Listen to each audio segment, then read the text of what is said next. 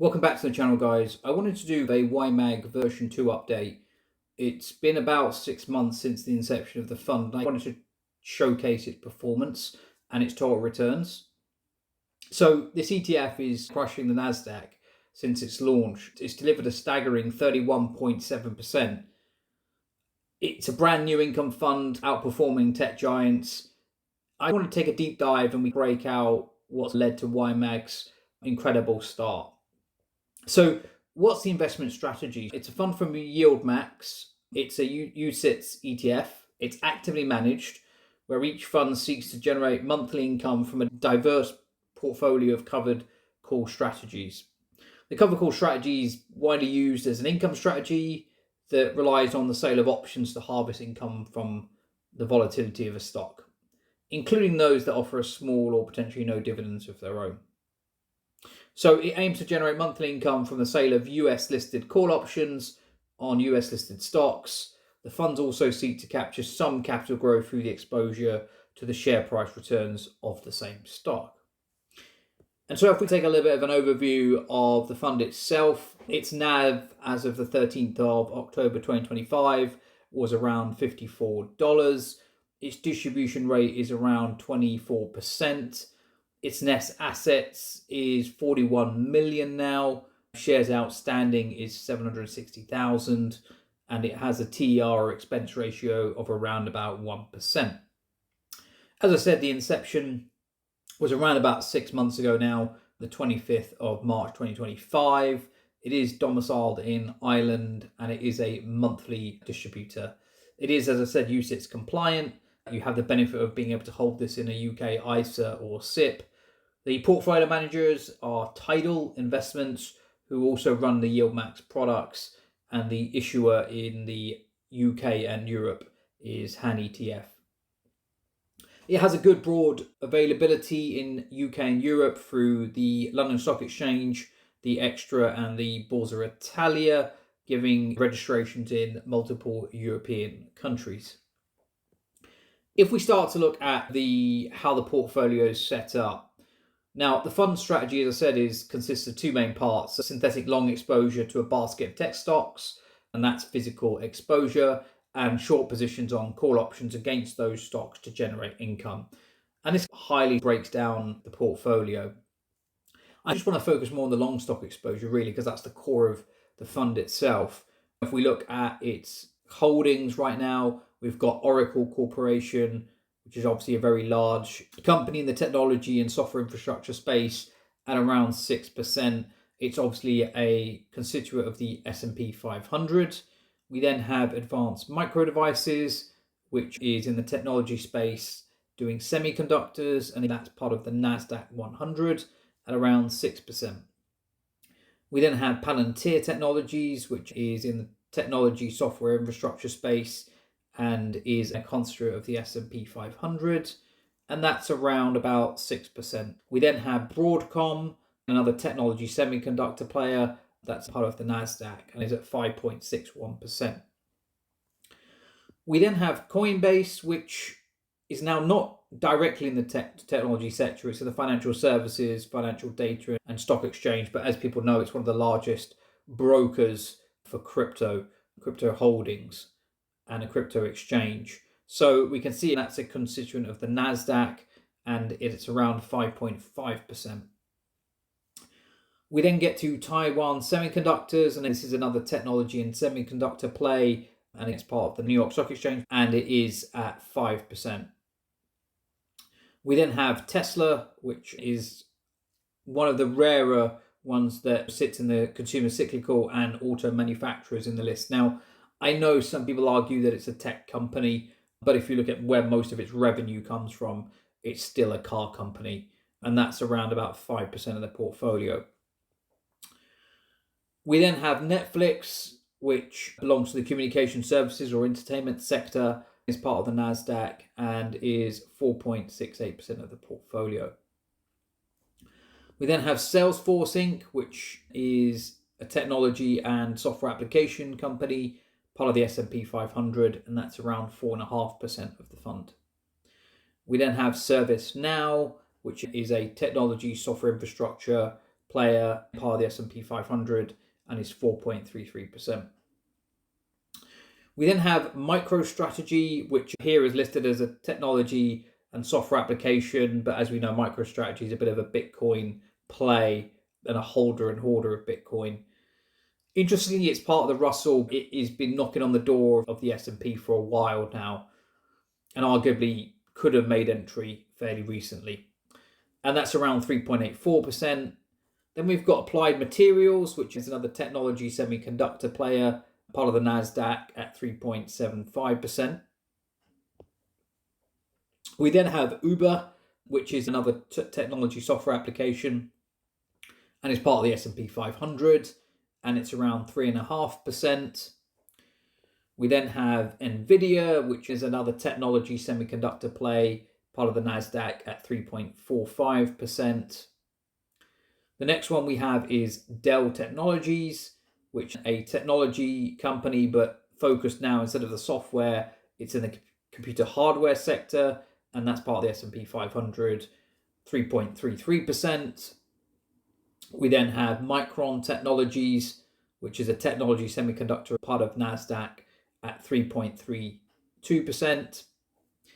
We then have Meta, which is a communication services, internet content and information service. So people familiar with Facebook, WhatsApp, they're part of that group.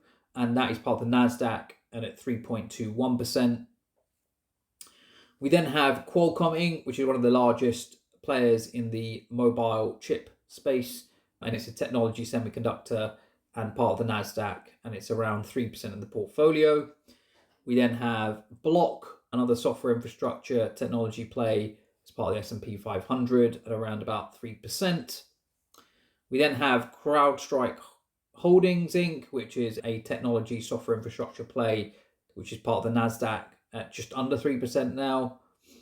We then have Snap Inc, which is a communication services, internet content information provider, which is part of the Russell, and it's around 2.87%. We then have Robinhood, which is part of the financial services and capital markets. So those of you that maybe from the UK or Europe may be familiar with Trading 212. As a broker, Robinhood's a fairly large broker in the US, and it in fact does have a UK operation, albeit quite small at the moment. It's part of the Nasdaq and it's 2.81%. We then have Apple, which I'm sure I don't need to explain, is in the technology and consumer electronics space, part of the Nasdaq, and is at 2.76%.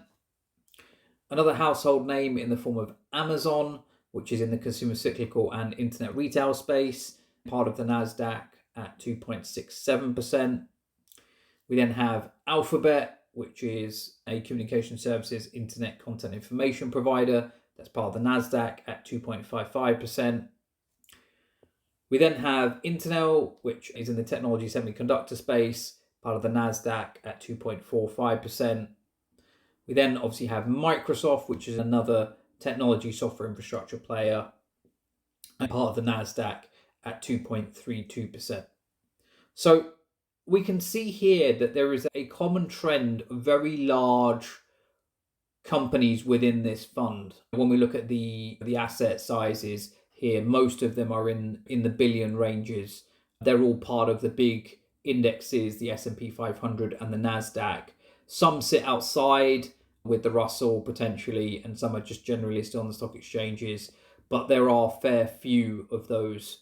We can also see a heavy weighting in the technology sector in particular, and then in the semiconductor space. And that's because there's a lot of volatility right now with AI coming into play. So we see a lot of the software infrastructure, the semiconductor space predominantly having a lot of volatility. And as these guys are trying to harvest that volatility, they're part of the fund.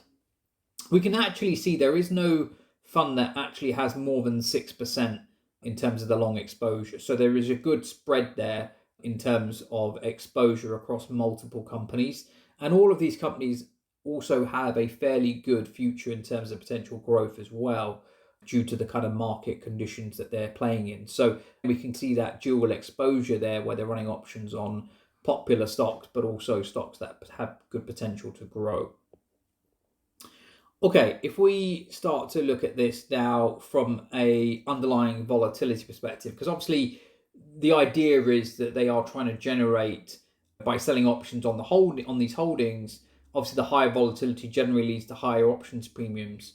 And I just wanted to visualize from a historical perspective the volatility of all of the stocks within the portfolio.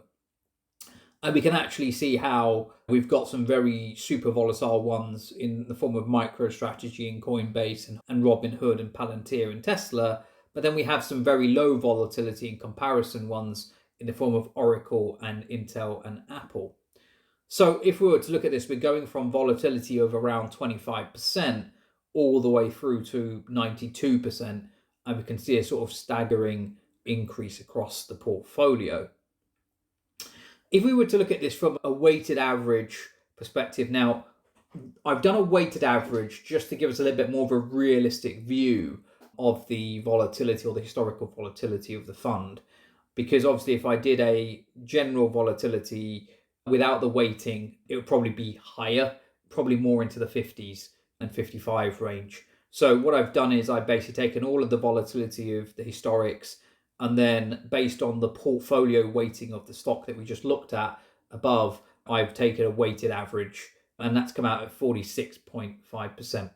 Now, we often heard a lot where fund managers will say to predict the yield of the fund, you'd normally look at the volatility of the underlying. So this would suggest that they could achieve a 40% or a 46% yield. Now, the fund is not achieving that, and we'll go into look at that into a second. But I just wanted to just display how we've got such a mix of volatility within the fund, right from the super aggressive to the slightly less in the form of Oracle and Intel. Okay, so what has the performance been if we were to look at this fund, if we were to drill it into it over a period of time? And so I've done a chart which looks at the total performance since inception of the fund. So the fund's return is a kind of a combination of the price changes and the income. And the vertical markers, by the way, are where we've got the ex-div dates showing when the distributions are locked in for shareholders. So the chart data is through to the 30th of September. And what we can see here is that actually we can see the gap between the cumulative price return, which is the blue line, and then the cumulative total line, the green line, where the dividends are supporting the upflow in terms of the amount of income being achieved. Now, if we were to look at this from a monthly distribution perspective, we can actually see the charts showing the monthly cash distribution per share. And I've shown the green where they've gone up since the last payment, red where it's decreased, and the dotted line is showing the median payments since inception. What we can see here is a fairly good set distribution in terms of the median there. So it's been fairly balanced since inception. Now, personally, I think that's targeted. So I mentioned at the start, the yield is hovering around 24%, but we saw earlier the actual historical volatility is actually higher. Now, obviously, past performance, including volatility, doesn't impact future performance, and that's same for all the data here in terms of the numbers. But it does seem to suggest they're trying to target that 24% without openly saying it, in my opinion, because we can see at the numbers they could arguably be getting more juice out of the portfolio and those baskets of stocks if they choose to. But at the moment, they seem to be hovering around the 24%. Now, why might they be doing that? And for me, that leads to where we are in terms of the overall performance of this fund. So from inception, around 27th of March to the 13th of October, YMAG's total return has significantly outpaced the market indices, right? It's a high yield dividend strategy with the capital appreciation. And I think that's the key. They've basically allowed the fund's NAV to also grow since inception without taking the overall high amount of income. So they've tried to offset some of the income that they're trying to generate by giving you that a little bit of growth. And that's why we're not seeing the yields in the higher end of the 45 range. And instead, we're seeing it around the 24 range. Now, this is just my own personal view and opinion. And this is just for entertainment purposes only. Don't take any of this as investment advice, of course. But, YMAG we can see has achieved 31.7%. The Nasdaq 100 in the same period has achieved a really good return of 16.6%, and the S&P 8.8%. And as we saw, the fund has a large constituent that does belong to both these indices. So it's not a direct comparison. But if you were to just put it into one of those kind of index tracker funds for those markets, it was just interesting to see how it had actually done. So question then becomes, is this a high yield strategy that's sustainable in a way to beat the market long term? Let me know your thoughts in the comments below. I think it's a very interesting fund. I think it's performed well to date. Whether it continues to do will be interesting. Thank you to the 100% Club for getting to the end of the video. As always, make sure you do your own research. Obviously, every fund involves an element of risk. Thanks for watching, and I'll catch you on the next one.